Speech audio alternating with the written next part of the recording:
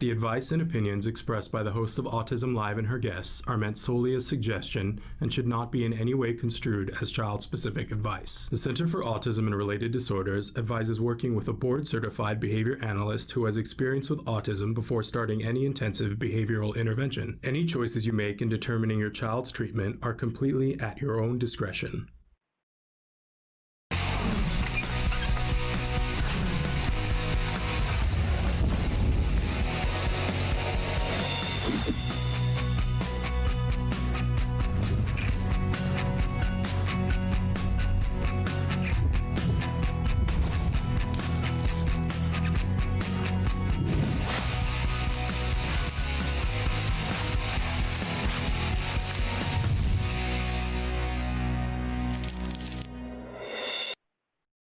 Oh my gosh, good morning and welcome to Autism Live. I'm Shannon Penrod and I am coming to you, we are coming to you live from many different places this morning. I am in a room in my home and our guest this morning for Ask Dr. Doreen December will be coming to you live from a room in her home. And our producer is in yet a third location. So, and then all of you are wherever you are, and together we are doing this together. Thrilled to be here with you this morning, thrilled to be able to be here with you this morning. You know, we've been saying since this great isolation of 2020 happened that we're just going to keep on as long as the internet has a way for us to be live with you. We are going to be here Monday through Friday, and we're live all the time right now. So thrilled to be here with you. And I just, gave it away that on Wednesday, it's my favorite day of the week, right? Because we have Dr. Doreen December live with us. It is extra special today for many different reasons. Today is the first day of April, and I don't know if you read the New York Times this morning, but April Fools has been canceled along with a lot of other things, right? But it's the one thing we really can have canceled. But April is Autism Awareness Month. And, that is not canceled. That is never canceled. We're going to do things in a different way. And I love how the autism community is rising to this challenge. So we're thrilled. Dr. December is going to be joining us at any second. She's going to be answering your questions in real time. I am trying every day, every show to give you guys something to do, something that helps to pass the time, something that helps to reduce the anxiety, something to do with your kiddos, or something to do just for yourself. So today our, just one thing to do tip is to grow something. Oh, I'm hearing myself back, Traven. I have no idea why that's happening. But if we can stop it, it will help me a lot. Can you guys hear the echo? No. I'm gonna at least turn it down. If not, turn it off. In any case, I have no idea why it's doing that, Traven. Is it on my end? I'll bet I know why. Hold on, you guys. Technology. I know somebody had written in the other day and said that they could hear me sighing. There we go. I found it. It was on my side. It wasn't Traven. It was on my side. But somebody said they could hear me sighing. And I want you to know that the sigh is always about the technology. The technology. But anyway, our tip for this morning is to grow something. Now, if you have a backyard, front yard, whatever, or a flower pot, and you have access to seeds because you already have them, or you can order them from a place like Amazon, what a great thing to do is to order some seeds and grow something. Our grandparents and great-grandparents' parents had something called a victory garden, where they would put in a small plot of vegetables and grow vegetables, but you can also grow flowers. Now, if you don't have access to seeds and you live in an apartment, you don't have access, you don't have a pot, you don't have soil, and you don't want to go to the store right now to get them, I want you to know that there are other ways and other things that you can grow. If you've had the opportunity to have any kind of a fresh vegetable at all, most fresh vegetables, rather than throwing away the vegetable, you can take whatever part was growing, stick it in just a little bit of water. Can you see here that we had some romaine lettuce, and I took the very end of it and I sliced off the end. The end looks like that, but I sliced off that brown part that it came with so that it was fresh and white, stuck it in water. And I've got 2 heads of romaine lettuce growing here and 1 of iceberg lettuce. And it's, when I put it in there was just basically nothing to it, but they're growing.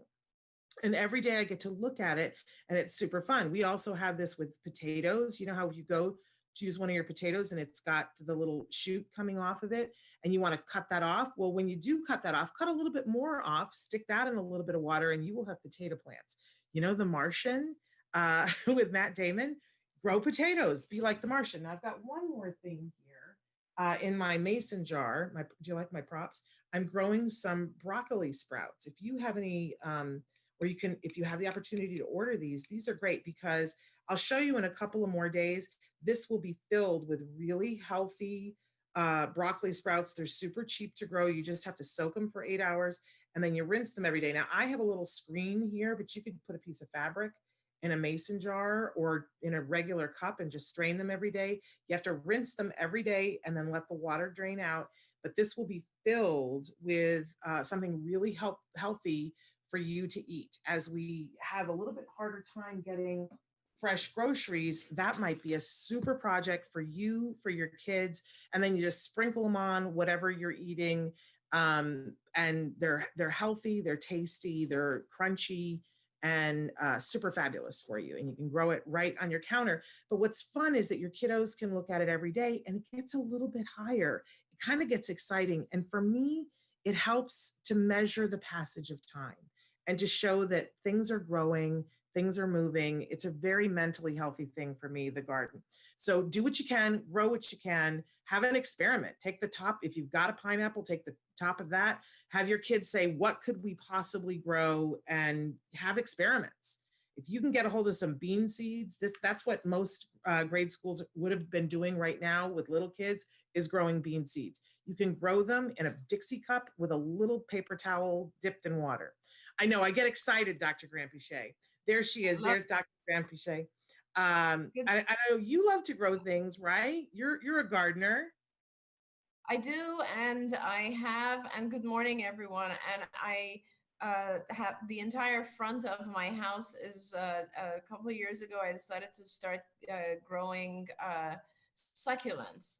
And succulents are a lot of fun because you just you put a tiny plant in, and before you know it, it's huge and very easy to maintain. And, I hate it when my plants die, but with the succulents, I've been successful.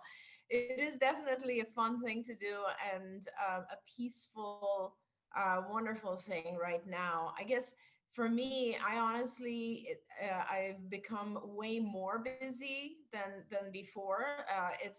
I'm pretty much doing calls and meetings and shows and whatever else I can do all day long. And then if I have a moment of freedom, then my kids are home, obviously. So then I read some comments on here, and I know a lot of parents are experiencing the same thing. It's like you pretty much now have to go back to, my kids are grown, but like we have now 5 people here, and laundry and cooking and dinner and breakfast and keeping the house clean. And, so chores have increased. And then, so for me, my piece, my moment of which I make sure I do is walking the dogs.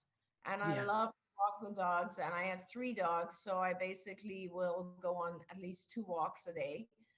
So that's good. That everybody needs to find something that's going to bring them a little bit of sanity right now, because we really need it. Absolutely. So thrilled to have you here. And we, normally we run this whole thing about Ask Dr. Doreen, but it's so complicated right now, so I don't think we'll do that, Draven. But I do want to welcome Dr. Grampuchet back to the show. She's here with us whenever she can. She is working, I know, around the clock. And it is a little bit, it's so interesting. It seems like there's like 4 different pockets of people in this isolation. There are people who are by themselves and don't have kiddos, right? And so they're trying to take care of the boredom. Then there are people who have kiddos, and the cooking and the cleaning and the taking care of the kids is just such a full-time job, right? And there are different considerations. Then there are people who have kiddos with special needs. That's a very special consideration. And then there are people who are attempting to work and do all of those things. I know people with special needs kids who or trying to work from home are busier than ever, having to keep, like, even ordering groceries right now is like a full-time job, right? Trying to find a delivery date or how to get them. There's a lot going on. So everybody, even in my household, we have different, because, my husband is largely off of work right now. I am largely not off of work. Right? So we have to figure out how to balance everybody's lives, right, Dr. Grampiche? It's interesting, if nothing else. We keep looking for the things to be grateful for in it. And I said to my husband this morning, I was like, well, we don't have any right to complain. I'm, locked in a house with my two favorite people, and I get to do a very rewarding job. I don't get to complain about anything. And the most important thing right now, knock on every kind of wood there is, everybody's healthy. So I'm gonna take my gratitude where I can. I agree. Right? But you're here with us, and you are an expert in the field of autism. You are, I believe, the preeminent expert in our time, and there is no other time for autism. It's always such a thrill to have you here. I always say that I know that you're a visionary, that I have seen you look around a corner and see what's coming. And nobody could have looked around this corner, but you have been doing a great job of, even in your retirement, coming back and helping us all to keep the wheels on and make sure that families are getting help. And in this hour, you're going to be answering questions live. People can be writing in all the ways that we are live. You can write in on Facebook, on YouTube, on Periscope, on Twitter. And of course, people have sent in questions in anticipation of it. And we've got some stuff coming in on Facebook that I'll get to in a second. But Dr. Grampiche, you should know that last Friday on Let's Talk Autism with Shannon and Nancy Allspaw Jackson was with us, and we were talking about telehealth and telehealth for autism. Nancy shared that she is continuing to get in-home services from CARD and how grateful she is for that. But we encouraged her to try at least one telehealth appointment during this week so that she could check in with us on Friday to tell us what it was like for her. So, but a parent wrote in since then and said, telehealth, hi, Shannon, I wanted to reach out that my BCBA is now doing 1 hour sessions 5 days a week. And this person said, so exciting, with an exclamation point. My 7-year-old has worked it out really well. Ironically, his behavior improved by day 2. Really. It really grounds him for the day. We have a schedule, and his starts his day. I really recommend it. And they said, good luck, Nancy, you got this. And thanks for all that you do. And I wanted to read that and have you talk a little bit about, telehealth and how that's happening. And our next question is also about telehealth. Thank you, Shannon. Yeah, so it's important to there's certain features, and we can't just call it all telehealth, because there's several different things that we do through telehealth.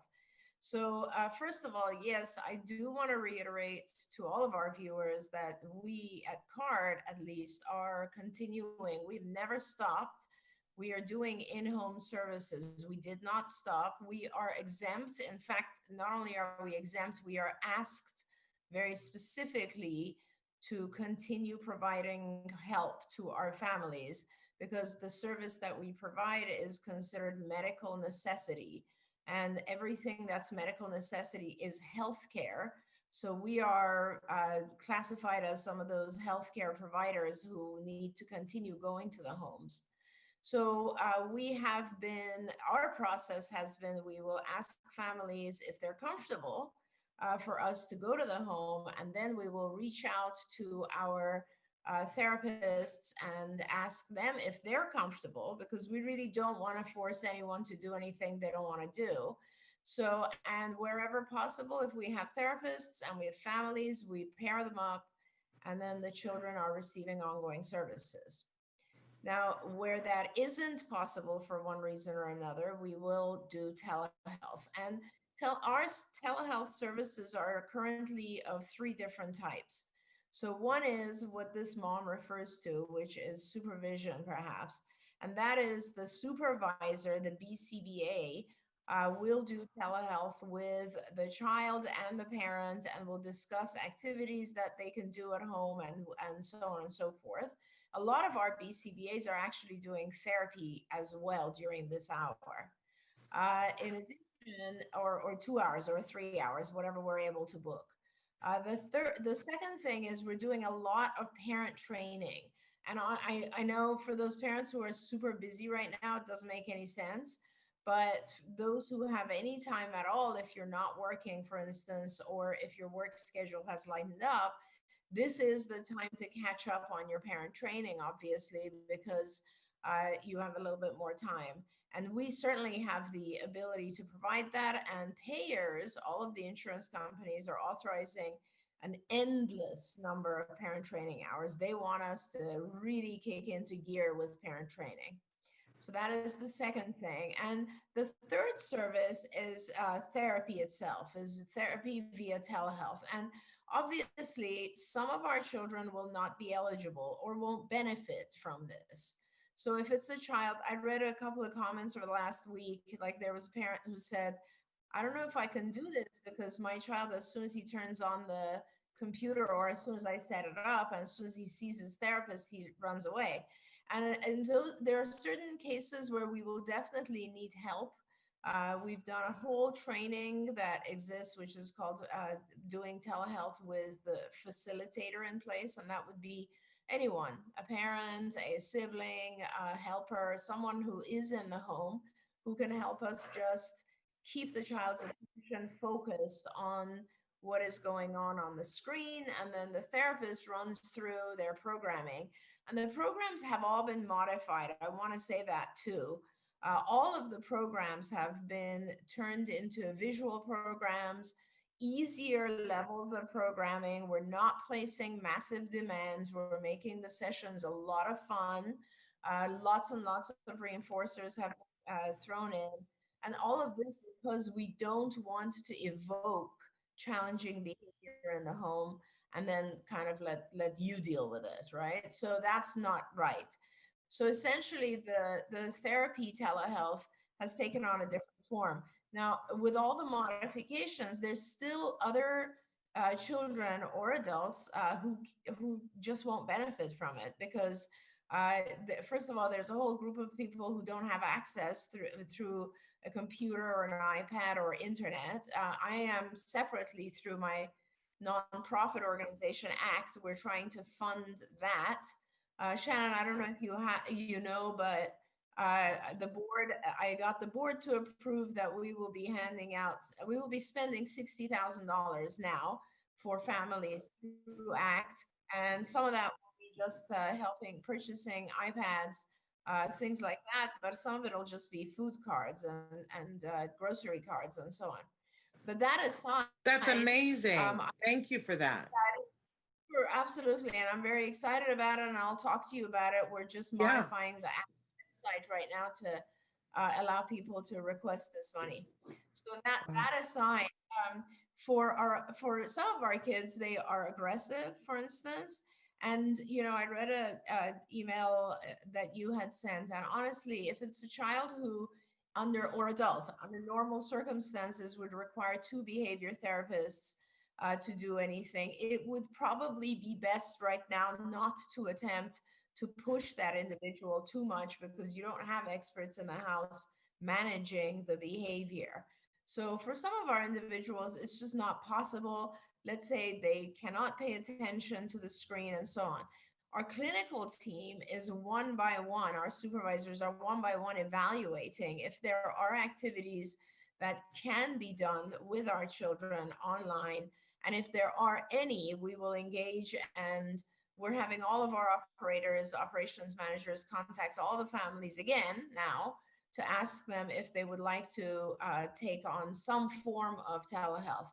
Honestly, Shannon, if nothing else, what it does really is that it engages the child. It gives you as a parent a little bit of breathing time, and it also helps the child maintain skills. And I think one of the big benefits is that it actually, for a lot of our children, the familiar face, being able to connect with the supervisor they know, the therapist they know, people who they know and have spent a lot of time with, might just help calm them down, like this mom suggests in her first email. Wonderful. And I'm going to try to attempt to, I've got 17 windows open here. And thank you to Michelle. I did catch the echo, but thank you because I count on you always to let me know. And thank you. We've got many luminaries watching the show right now. We want to give shout outs to Marsha and to Ilana Gershlovitz, who's watching, and to Swathi, who asked us to mention that Siri is on Autism Parenting Magazine for this Autism Awareness Month. And her article is on page 10 of that magazine. So we want to give a big shout out for that.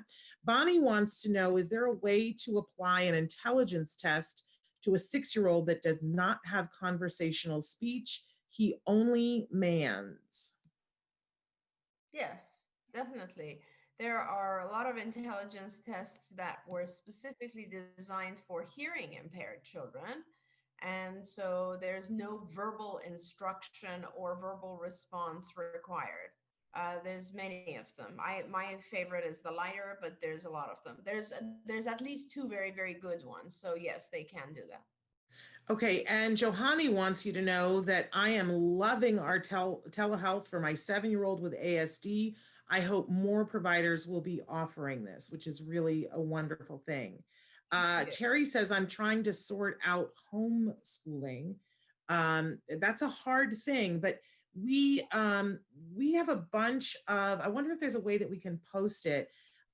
We have a page of over 100 educational apps that are, a lot of them are free right now or very low cost, or have at least a free version where they have pop-up ads, but you weigh what you need.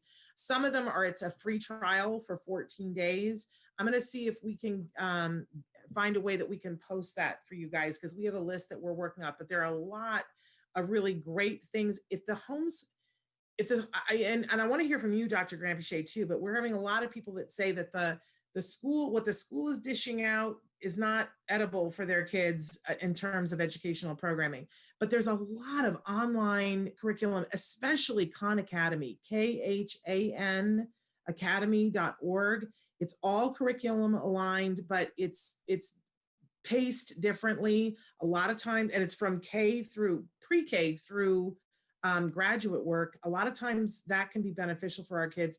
But Bonnie Yates was with us the other day and said, just document the hey nanny nanny. If the school is giving you something that isn't working, make sure that you're keeping a journal about what you've had to switch to, that you started using Khan Academy instead of what they were giving, so that later on, when things are better, you can ask for remediation and ask for tutors if your child needs to be caught up, if and when that needs to be done. But Dr. Granpeesheh, anything you want to add to that? Yeah, thank you. And that's very good advice from Bonnie. There's two quick things. One is that a couple days ago, I was going through and trying to help our clinical team develop as many activities, I guess, for our BTs, our behavior techs, as possible. So, and as you know, Shannon, where in most cases when we're funded through an insurance company or that type of payer, we're not allowed to do academic work, right? So most of the work that we do is not academic in nature. However, our curriculum does have an academic portion. We built an academic portion that we also have a lot of school contracts. So for those of you who are on skills, you can find academic programming on skills. There's a whole domain called academic, and you can go in there and there's tons and tons of worksheets and activities and lessons and so on.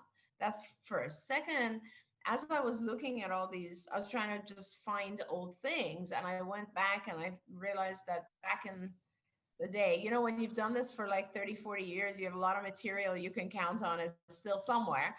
So at some point in the past, I think probably about 20 years ago, or maybe something around there, we had at CARD made thousands of worksheets, thousands, literally. And we ended up actually putting some of those on skills lessons, but a lot of them we just had in binders at the various sites. And so they kind of fell to the side. I was fortunate to go back and find all of those worksheets on our servers. And so there's thousands, literally maybe 10,000 worksheets. And a lot of them, or at least a third of them, maybe a quarter of them are academic skills. So they're reading worksheets, writing, mathematics, etc. worksheets. And I just forwarded all of those links to our clinical team, Shannon, Dennis's team, your team. Wow. Basically said, oh, this was last weekend, and I basically advised them which sections to look for. But if you don't mind, if you send an email to Cecilia, or if you talk to her, she has access. And what they could do is they can pull all the academic stuff that we're not otherwise using for our BTs and just send those to all of our families, all of our viewers. There's literally thousands of them. So I Wow. would be happy to send those over to all of our parents. Yeah. Wow. That's amazing. Thank you for that. I would love to do that. Ilana Gershlovitz wants you to know, thanks to Dr. Doreen, our families in South Africa are also doing telehealth and it's working very well. I want to encourage every parent to take the opportunity to enroll with CARD for telehealth. Thank you, Ilana, because we love that things are going well in South Africa. And I'm sorry, did you want to say something about that? Well, first of all, if you don't mind, remind me and I'll try to send the worksheets to Ilana as well so that our Yes. South cohorts have them. But I did want to just say a word to all the families who are struggling with the academic stuff at home, which is don't worry. Like, honestly, at times like this, we just have to kind of pick our battles.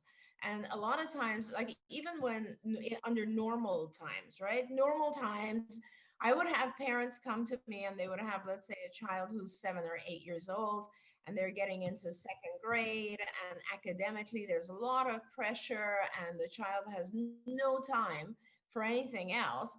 Meanwhile, on the behavioral side or on language and social and so on, the child is struggling.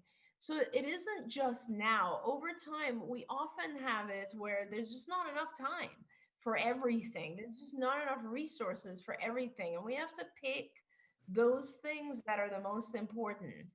So right now, if your child, for instance, doesn't necessarily learn the math that they were supposed to this month, or they fall behind on the geography lesson that was scheduled for this month, don't worry as much. It's not going to be the end of the world. Let's focus on the things that you can access, honestly. There's thousands of kids. The superintendent of LAUSD is an old friend of mine, and I heard him on TV today, and he was telling me also that there's thousands and thousands of children across the country who are not getting any academic help at all right now. First of all, there's thousands of families who have no way to receive it. And secondly, you're not alone. A lot of people feel like the academic process online is just not working for their kids. So even in colleges, I mean, like across the board. So I think right now we all have to just accept that there's going to be, let's say, a 3-month period where academically no one's going to really be making a lot of progress. So once you have that in your mind, it just takes the pressure off of one more thing you have to deal with right now. Absolutely, absolutely. Because you do what you can, right? That we're all learning the art of doing what you can and being, satisfied. It's that sufficient unto the day thing. Now, Sophia has written in and said, "Good evening. I'm a pediatric OT working with children and their families on the spectrum from Greece." That's why it's evening for her. "And we are in quarantine since the 13th of March. With no options for one-on-one therapy. The only tool we can use right now is teletherapy. What strategies would you recommend in order to engage parents in the program of telehealth? How would it be possible to motivate them to take part?" And I love hearing from the parents who are doing it, who are saying, "Look, I didn't think this was going to work, but it turns out that it's just fabulous." I think the more parents hear that, the more they're going to feel like, all right, I should at least give it a try, right? Because it's all there is. It's the only game in town for a lot of people. But Dr. Graham-Piché, what do you think about that? Well, I agree with you, Shannon, but like everything else, when we ask about changing a behavior, you have to ask what is the function, right? Ah, So yes. every parent will have a different reason why they're not doing telehealth. I mean, I'm sure if we go through even the questions that we received today, we will Yes. get different reasons. There are some parents who just don't want to evoke challenging behavior, so they'd rather not produce a challenging behavior. There are other parents who are just too busy. There are other parents who don't think it's going to work. There are other parents who just don't have the equipment. There's different reasons. So we kind of need to one by one work through those reasons Well, and and in fact, we have a question that's about the first one that you listed, which this question, the honesty of this parent broke my heart. They wrote in and said, let me put my camera back on here. I am interested in the whole telehealth thing, but I am also afraid. I'm just going to be honest because I know no one will know who I am. I am afraid of my child and afraid of being hit. I'm afraid they will ask me to do something that will set him off, and I am afraid he will hit me like he has done before. Am I a terrible parent if I just let my son do what he wants during this time? Is this really something telehealth could help with? Breaks my right. heart. That's Very a honest. That's a wonderful, wonderful question. I'm so glad that someone wrote that because, first of all, you're not alone. There are a lot of people who are afraid, and understandably so, because when what do you do when you don't know how to manage a challenging behavior? And sometimes we have children who are bigger than us, right? And that's even more scary. This is a perfect scenario where I would suggest that we're not talking about engaging your child right now. We're talking about engaging you.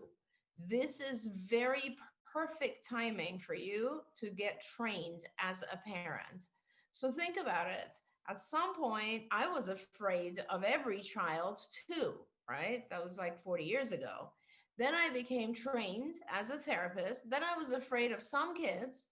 And the more I did it, the more I worked, it got to a point where I'm not afraid anymore. Why? Because I learned how to communicate with the children and the adults.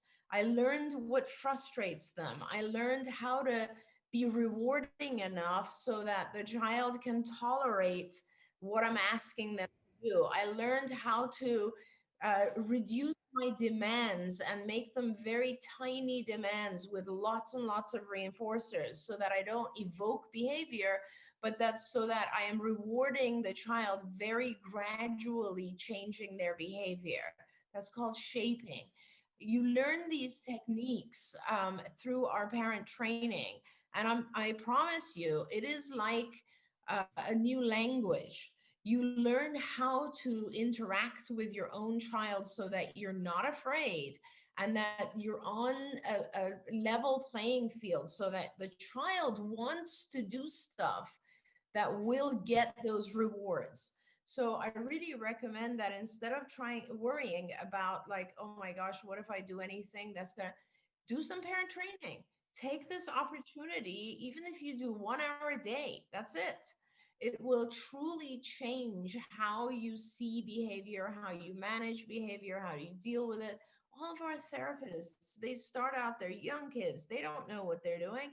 They go through these trainings and they learn everything, and then they're not afraid anymore. And the same, I mean, you will get much better at that. So that's where I would focus.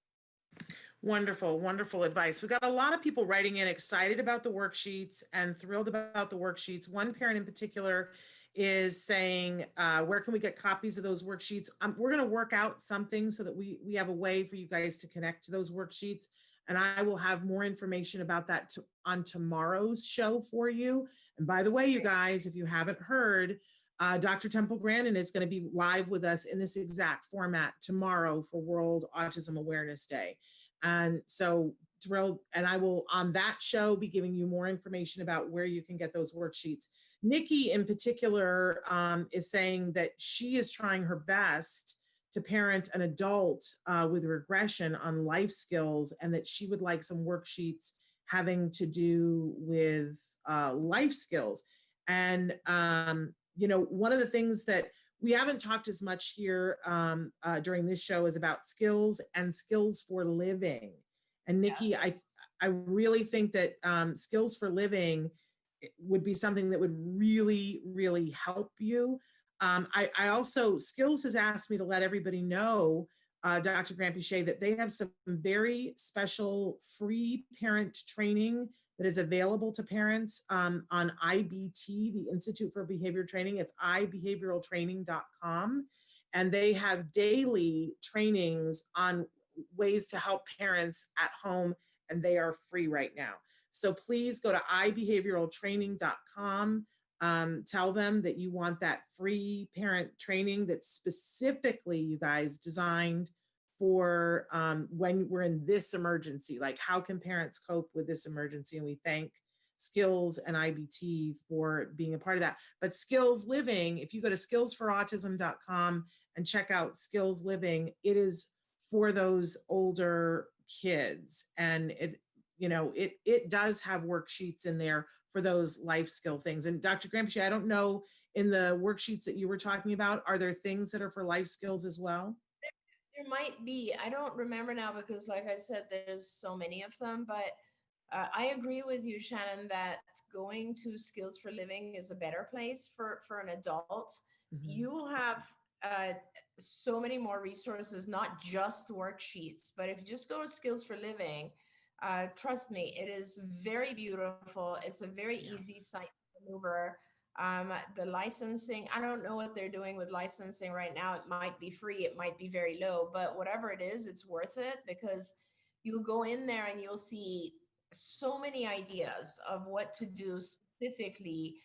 First of all, we developed it the same as Skills. So it starts with asking you a lot of questions about your child. And so it'll identify very specific things you should be working on, and it'll give you not just worksheets, but teaching points and instructional. Like you can print out individual pages that tell you how to step by step teach an adult every adaptive skill you need, every household skill, chores, daily living, you name it. It's a fantastic resource for anyone with an adult. I really, really recommend it. Yeah, it's super fabulous. Okay, we have a bunch of questions coming in live, and we had some that came in via email. Wanted to address one that came in from Northern Ireland, that we had talked to this mom last week or the week before, that her son had locked himself in her bedroom because of the video. She said, I just wanted to give you an update on how he's doing. From last week, he has come back to his usual self and is back to sitting with us. Northern Ireland now is in lockdown, and the family is now all at home. We are getting out for a walk every day and trying to get used to this new way of living. Last week, homeschooling went well, but this week hasn't been so good.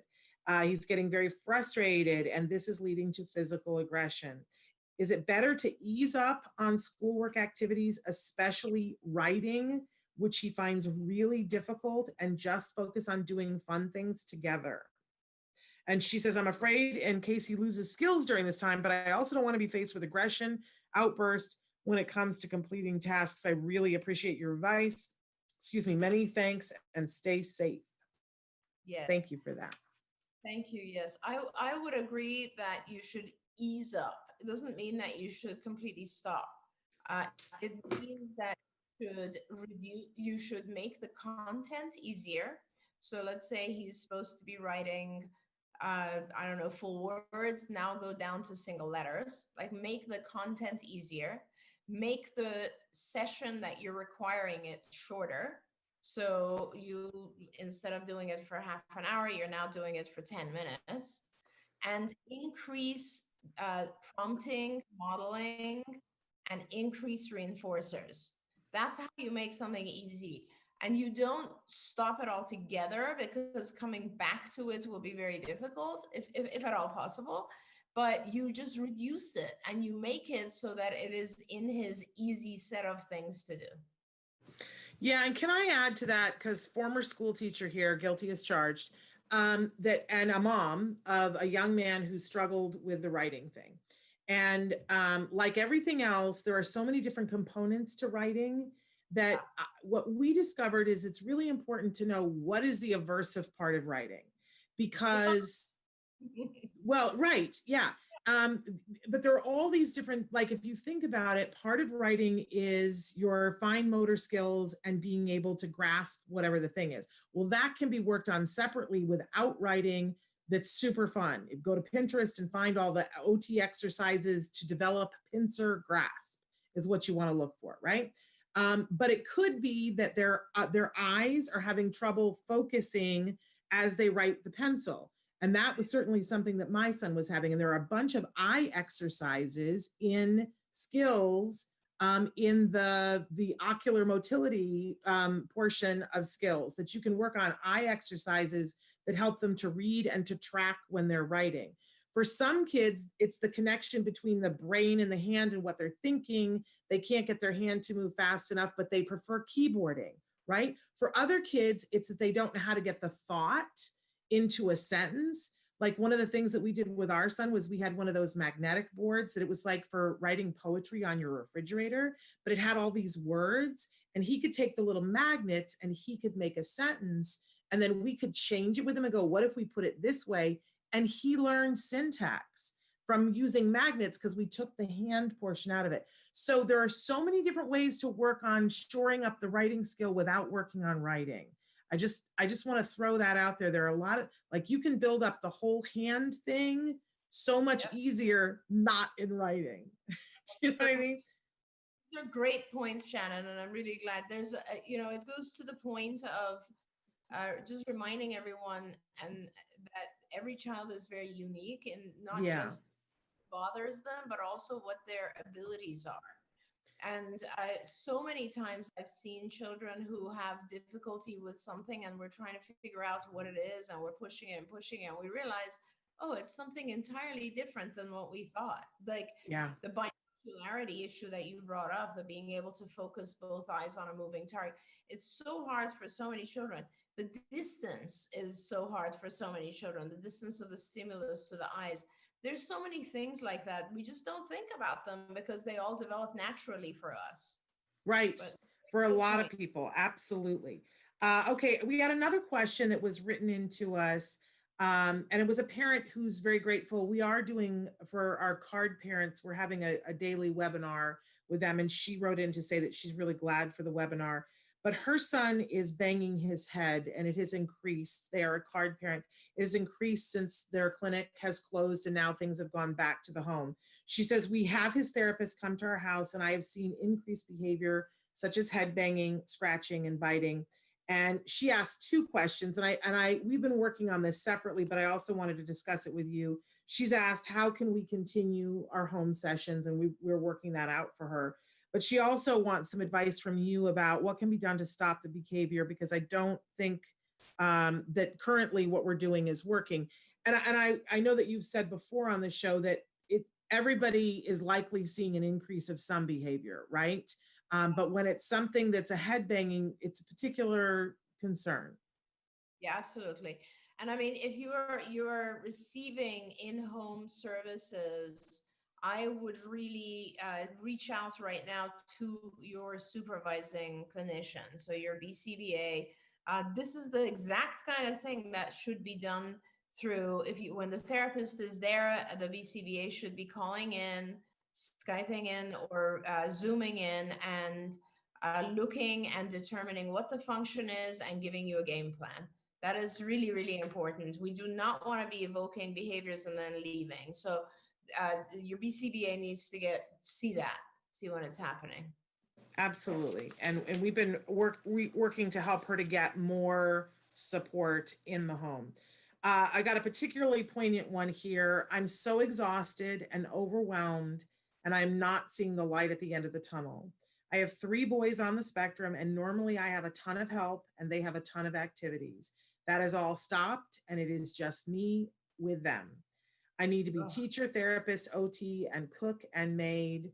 Traven wants me to put my video on. Sorry, Traven. I need to be cook, maid, and all the things.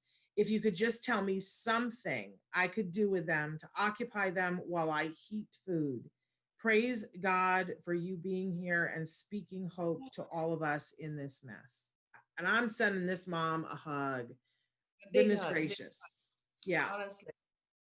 So I don't know if you are with us. If you are with CARD, then obviously we will pour the support into your home. We will bring therapists and a whole army of, of clinicians to help you. But if you're not with us, I think what you need to do is, maybe if you had a provider previously, you want to reach out to them and see if you can get services from them. We are also taking new patients right now, by the way. So depending on where you are, and if your provider is not providing help, we are doing intakes right now. We're taking on a lot of families. And because we have other families who did not feel comfortable with therapists in their homes, we have openings. So, if you want, you can also contact us. But if you are really not able to get help right now, I would suggest that the first thing you do is establish, sit down and write a schedule, like a little routine that you'd like for the whole group to be able to engage in. Let's say I wake up, I do this, so on and so forth. And then what you do is you find activities that they can do without our guidance or supervision. Those activities might be let them play on an iPad, let them watch TV, let them run around outside, let them, just mess around with paints and do some sort of craft inside. These are all different, or let them do worksheets when we send you worksheets if they're interested in that. Whatever is a reinforcing activity that the children can engage in, all you need to do is make it happen on a schedule. So, for instance, when you need to heat up food, that will be the time that you will set all 3 down and say, this is what you're doing right now for half an hour. And obviously, we will send you, or we'll make sure you have access to all the kind of self-guided materials we have. But there's also things at home that kids might be engaged with, like puzzles, for instance, or there's independent activities like that that might be able to help your children. I think the issue with having 3 is that when one is engaged, you're probably engaging the other. When 2 are engaged, you're still busy with the third, that kind of thing. And if you can get them all on one schedule, so the schedule is, for instance, we get up, we all get ready together, we all have breakfast, as chaotic as it is, we all do it together. Then we have 1 hour where you guys are watching TV and I'm doing this, that kind of thing. You're still keeping an eye on them, but at least they're engaged otherwise.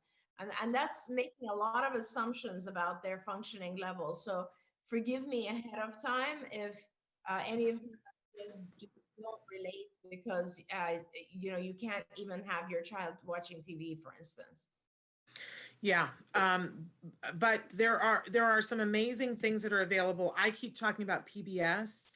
PBS is doing a great job during this emergency. It's different in every city. Here in Los Angeles, we have I think it's 4 PBS channels, and they got together and they divvied it up, and they have a different age range playing on each PBS channel that's curriculum aligned. Videos that are playing that are super fun, and then you can go online and get like something experiential to do along with them. Really got to give a shout out to PBS that they're really doing a great job, as they should be in this emergency, right? The public broadcasting system, of course, they would do that. Francesca is wanting to know, when is Camp Discovery going to be live? And so while you were talking, I went to see, I don't have it on my phone. And so I went to get it, and it downloaded on my phone. It's live right now. I know that they were going to be working on some upgrades on it. So if there was a time, Francesca, that you were trying to get it, yeah, it's playing on my phone right now. If you were trying to get it, it might have been that they were updating, but try again. And if not, anybody can write to me if you're having any specific, and I can ferry that off to the Camp Discovery folks. You can write to me at s.penrod@autism-live.com, because the Camp Discovery, for those of you who don't know, super fabulous. If you have language learners, free app, and it teaches language, different, what's the word that I want? What's teaching language? What's the, when you call it each individual thing? It's a BCBA word that I don't ever use. So like, oh, it's going to come to me in my sleep tonight, and it's a ridiculous. So then I'll talk while you think about it. Okay, so these are all individualized programs, and they are both receptive and expressive in format, and they have a lot of things that are, and it is live. I just downloaded it. It is, if you go on, if you have a phone, an iPhone, or an Android, it doesn't matter, and you go on your app store, it's called Camp Discovery for Autism, and it is made by Pixelation Labs. That's us. So basically, you'll have a lot of different options. The thing about Camp Discovery that I want everybody to know is that we built it with a discrete trial format. So it essentially has discrete trials. It starts with mass trials, it goes into random rotation, it has distractors. It's exactly what your therapist would be doing. It's very useful for the first, I guess, 50 or so lessons. I thought of the word I couldn't think of, exemplars. It's a word that we don't use, but it's all these different targets that are language targets. It's wildly effective. It's super fun. The kids do not know that they're playing something educational. They think it's a break from therapy. So it's fabulous. And if you are a card patient, there is a way to link what they do in the iPad to their skills account so it can track the progress that they make, which is truly fabulous. Okay, I have another question here. Somebody says, thank you to CARD. Our services have continued both in-home and on telehealth. I wasn't sure about the telehealth, but it has been incredible. My question, my other son is jealous when my son with ASD is on telehealth with his CARD therapist. He cries and doesn't understand why he doesn't get to be there. Is there anything they can do occasionally to include him? He is 3 and doesn't have a diagnosis. All right, if that doesn't speak well of how teletherapy is, I don't know what does. Can they include him in any way, Dr. Granpeesheh? Yeah, absolutely. I mean, you have what you're offering is a typically developing peer. So that's a wonderful thing. And please tell the supervisor of the case so that they can also put in some social programming that can be done with the two of them. And of course, we absolutely want to always also engage the siblings, whoever we can, to bring about social behavior. Wonderful. I'm noticing we get through so many more questions when we don't have commercial breaks, which is crazy, right? That it's very interesting to me. Okay, so this has been cut off on my printing, but I'm going to see if okay, my 8-year-old is struggling with why we can't be outside. He mands for grass, and I know Traven is asking me to please put my camera on, but Traven, I am remedial here. Okay, my 8-year-old is struggling with why we can't be outside. He mans for grass, and I have heard that from another parent as well. It is breaking my heart. We live in an apartment building and normally go to the park each day. The parks are closed.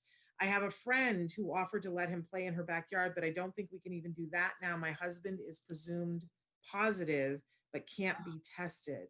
I don't want to put anybody at risk. I'm keeping my son and I separate from my husband, which is hard enough, but the grass, and that's where it's been cut off. But I know that they were asking for, how do you explain this to an 8-year-old that, no, we can't go see daddy in the other room. No, we can't go outside. No, we can't go to the park. what can we potentially do for this poor baby and this poor mom? It's so difficult. It is, and all of our kids have different levels of understanding, so it's very difficult to be able to explain to them. We have developed a package, Shannon. I know you know about this. I don't know if we've distributed it yet about how to tell our kids about this virus. But the, I'll pause. Did you want to say something, Shannon? I don't know anything about that, but that sounds absolutely fabulous. I must not have been at that meeting. I'm excited. Oh, well, I sent that material, I think, to the clinical team about 2 weeks ago. And Cecilia mentioned that they had the first part of that material that I sent was that how do I discuss COVID-19 with my child? So that material also exists. And Cecilia mentioned to me that it is done. So we need to distribute that widely. In fact, as I'm talking to the parents, and next week, Shannon, we're going to be talking a lot more to parents.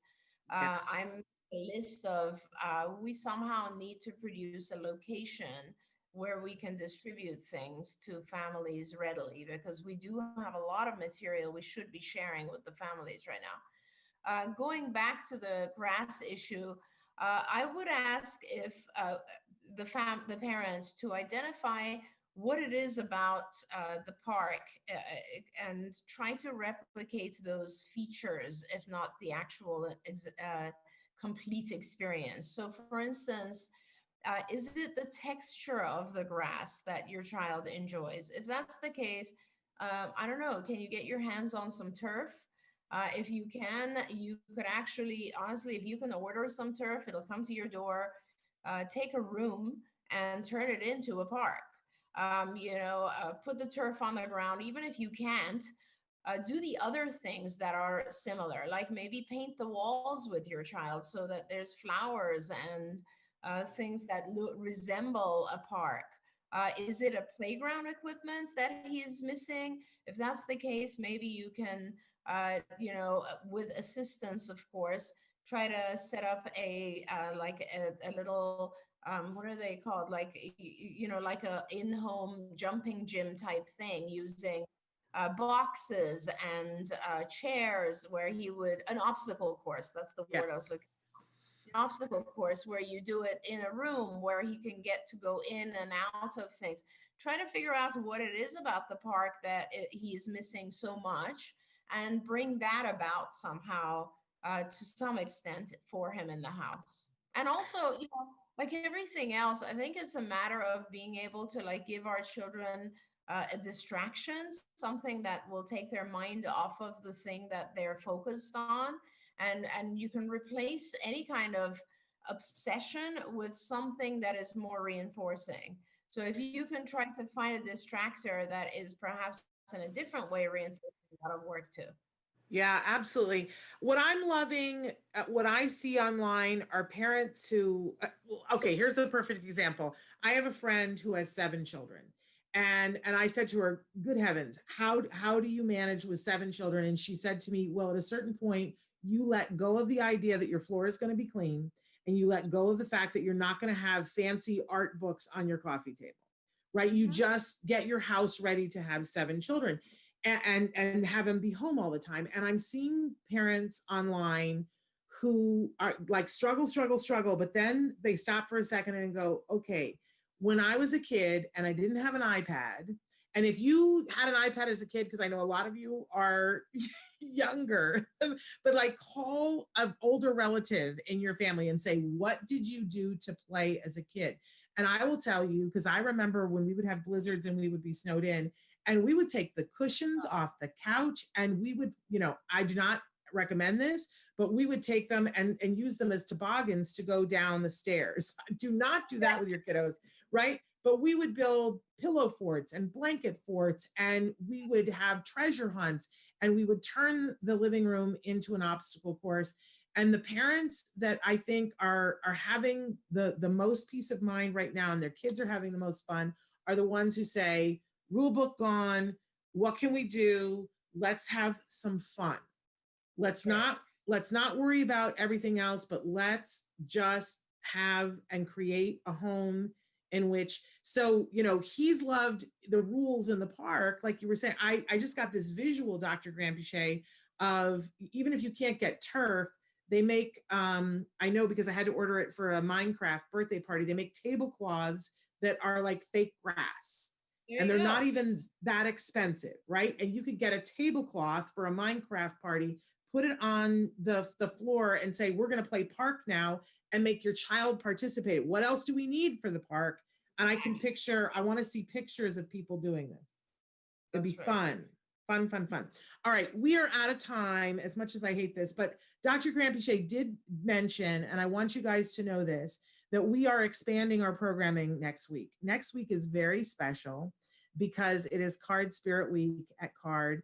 And it's a week where all of us who have anything to do with Card, whether it's the kiddos, their families, the therapists, the clinicians, the office workers, we all celebrate getting to be Cardians. We celebrate our founder because it is Dr. Grampiche's birthday during that week. I think your birthday is actually on the weekend. Is that true? No, it's on the Friday of next week. It's of next week. Yeah. Okay. 10th. Yeah. Okay. And so we celebrate her, and we celebrate getting to be a part of this community that has decided that easy will no longer suffice. That is who we are. And that's a very great place to be. I can tell you it's an exciting way to look at the world. So we wanted to share that with all of you at home. So we're adding an extra hour of Autism Live every day with Dr. Grampiche. We're going to be showcasing some of the people that we think are remarkable and wonderful. So we will be here for regular programming all next week at this time from 10 to 11, but we will be back every afternoon at 2 p.m. Pacific time with Dr. Grampiche with some amazing stories about some amazing people. I get chills thinking about it. So, but don't forget that, and thank you so much for being here with us, Dr. Grampiche, and we will look forward to that. Don't forget that tomorrow is World Autism Awareness Day. That is the day that is created by the United Nations to bring awareness in all worlds. That is not canceled. We are going to be here on Autism Live with Dr. Temple Grandin, live, picture and sound, supposedly. Keep your fingers crossed. But she will be here to answer your questions. I couldn't be more excited about that. Dr. Grampiche, thank you so much again. We will look forward to spending more time with you all of next week. And I want to say to all of you who are watching, thank you for spending this time with us. We're going to get through this. Si se puede, right? We can do it. Give your kiddos a hug from me and one for you too. Can't wait to see you tomorrow. Bye-bye for now.